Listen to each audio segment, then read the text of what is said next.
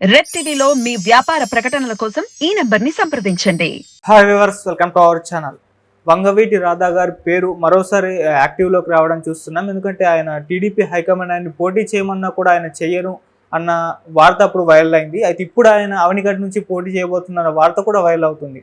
అసలు ఏ పార్టీ నుంచి ఆయన అవనిగడ్డ నుంచి పోటీ చేయబోతున్నారు, అసలు నిజంగా పోటీ చేయబోతున్నారా లేదా? సో ఇదే అంశం మీద డిస్కస్ చేయడానికి ప్రజెంట్ మనతో పాటు సీనియర్ జర్నలిస్ట్ జగదేవ్ ఉన్నారు. వారితో ఒకసారి డిస్కస్ చేద్దాం. సార్ నమస్కారం. సార్ నమస్తే అండి. సార్, వంగవీటి రాధా గారు అవనిగడ్డ నుంచి పోటీ చేయబోతున్నారు అని అంటున్నారు. మరి ఈ వార్తలు నిజం ఉందంటారా? ఒకవేళ పోటీ చేస్తే ఏ పార్టీ నుంచి పోటీ చేసే ఛాన్స్ ఉంది సార్? వాస్తవానికి వంగవీటి రాధా గారు ఎందుకో మొగ్గు చూపట్లేదు రాజకీయాల మీద. కేవలం ఏదో బిజినెస్ చేసుకుందాం, నాన్నగారి పేరుని అలాగే నిలబెడదాం అంటే ఆయన మరి అప్పట్లో ప్రజానేతగా అంటే సినిమాల్లో చూపించే ఒక హీరో ఎలాగుంటాడో తెలియదు, కానీ ఒక హీరోయిజ్గా ఉండేవాడట వంగవీటి రంగా గారు. సో అంత ఇమేజ్, ఒక అంటే చిన్న పర్సనాలిటీ కానీ అంత క్రేజు, అంత ఇమేజు.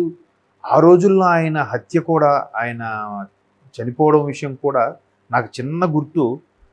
రాష్ట్ర వ్యాప్తంగా అంటే ఇప్పుడంటే మీడియా, సోషల్ మీడియా వైరల్ అయిపోయింది, మొబైల్ ఫోన్స్ వచ్చి అన్నీ తెలిసిపోతున్నాయి. అప్పుడు కనీసం ల్యాండ్ లైన్లు కూడా విస్తృతంగా లేని రోజుల్లో ఆయన హత్య అనేది రాష్ట్ర వ్యాప్తంగా గగ్గోలు పెట్టింది. ఎక్కడికక్కడ స్తంభించిపోయాయి. అంటే కర్ఫ్యూ ఎలా విధిస్తే ఎలా ఉంటుంది అట్లా అయిపోయింది. నాకు బాగా గుర్తు, అప్పుడు ఏదో మేము తిరుపతి వెళ్ళాము. అక్కడ ఉండేసరికి కనీసం బయట హోటళ్ళు, టీ ఏమీ దొరకలేదు.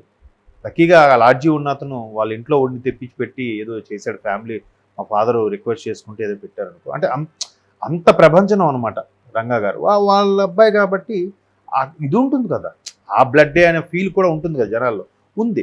ఆ పర్టికులర్ సామాజిక వర్గానికి కూడా చాలా ఇమేజ్ ఉంది వంగవీటి గారి ఫ్యామిలీ అంటే.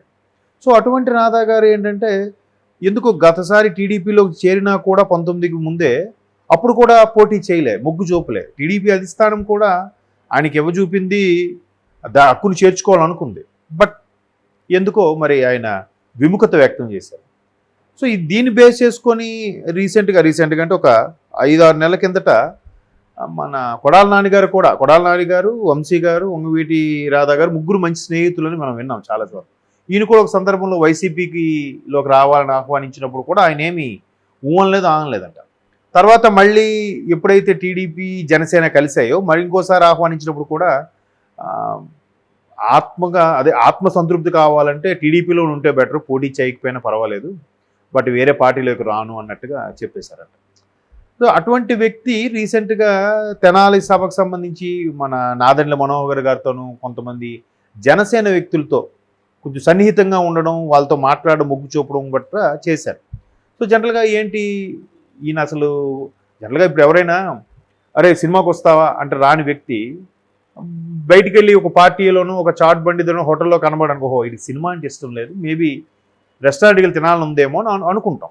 సో ఎక్కడ కూడా టీడీపీలోకి ఆహ్వానించినా కూడా పోటీ చేస్తారన్న వార్తలు వచ్చినా కూడా ఎక్కడ ఖండించే వ్యక్తి ఒకసారి జనసైనికులతో కొద్దిగా దగ్గర అవ్వడంతో దట్టు పార్టీలో సెకండ్ ప్లేస్ నాదెండ్ల మనోహర్ గారు అంటే పవన్ కళ్యాణ్ గారి తర్వాత అటువంటి వ్యక్తితో మాట్లాడి మంతనాలు జరపడంతో మేబీ జనసేనవి మొగ్గు చూపుతున్నారేమో. అలాగానైతే దానికే ఉంది. టీడీపీ జనసేన ఇప్పుడు ఒకటే కాబట్టి జనసేన వైపు ఎందుకు మొగ్గు చూపుతున్నారంటే జనసేనని కూడా ఆ పర్టికులర్ సామాజిక వర్గానికి చెందిన వ్యక్తే కాబట్టి ఆయన వైపు, ఆయన సిద్ధాంతాలు కానీ, ఆయన ప్రచార విభాగాలు కానీ, లేదంటే ఆయన రాజకీయ స్టైల్ కానీ మేబీ పవన్ కళ్యాణ్ గారిది ఇంప్రెస్ అయ్యిండొచ్చు ఈయన.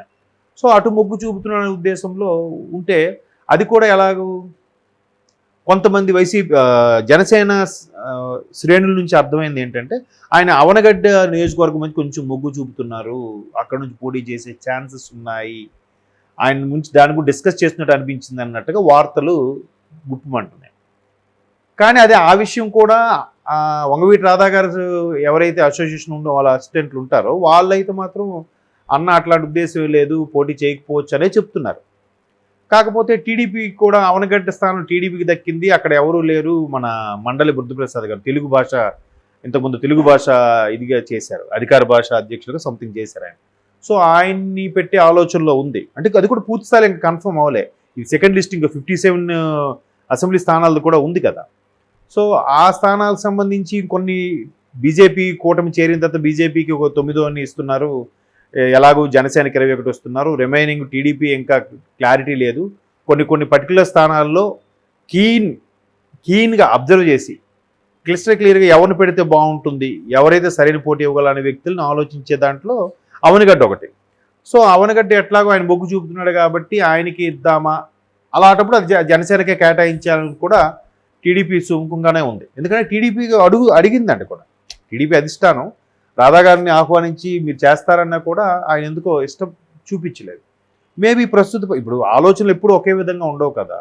ఇప్పుడు తోటి ఫ్రెండ్స్ ఎలాగో 2 ఎమ్మెల్యేలు, కొడాల నాని కానీ వంశీ గారు కానీ, వాళ్ళిద్దరు అంటే రాజకీయాలకు అతీతంగా మంచి ఫ్రెండ్స్, ముగ్గురు ఇప్పుడు టీడీపీలో ఉండేవారు వంశీ గారు, ఆయన కూడా వైసీపీలోకి వెళ్ళిపోయారు. కొడాల నాని గారు ఎలాగో వైసీపీ, ఆయన కూడా ముందు టీడీపీ. ఇప్పుడు ఈయన కూడా టీడీపీ సానుభూతి పరుడు, టీడీపీలో చేరారు కానీ పోటీ చేయలేదు. ఎలాగో టీడీపీ జనసేన అలయన్స్ కాబట్టి జనసేన పోటీ చేసిన టీడీపీ నుంచి చేసినట్టేగా. ఆ టీడీపీ వర్గం వాళ్ళందరూ కూడా జనసేనకు వేస్తారు, జనసేన వర్గం అందరూ కూడా ఆ జనసేనకే వేస్తారు. సో ఖచ్చితంగా గెలుపు ఖాయమవుతున్న ఉద్దేశంలో అవనగడ్డ మీద మొగ్గు చూపుతున్నట్టుగా ఒక ఊహాగానాలు జరిగినా జరగచ్చు, దానికి ఏముంది. ఎట్లాగూ ఆయన వంగవీటి రంగా గారు అబ్బాయి అని ఒక ఇమేజ్ అయితే ఉంది ఆయనకు, ఒక ప్రస్తుతానికైతే క్లీన్ ఇది ఉంది, ఆయనకి ఇమేజ్ ఉంది, క్లీన్ ఇమేజ్ ఉంది.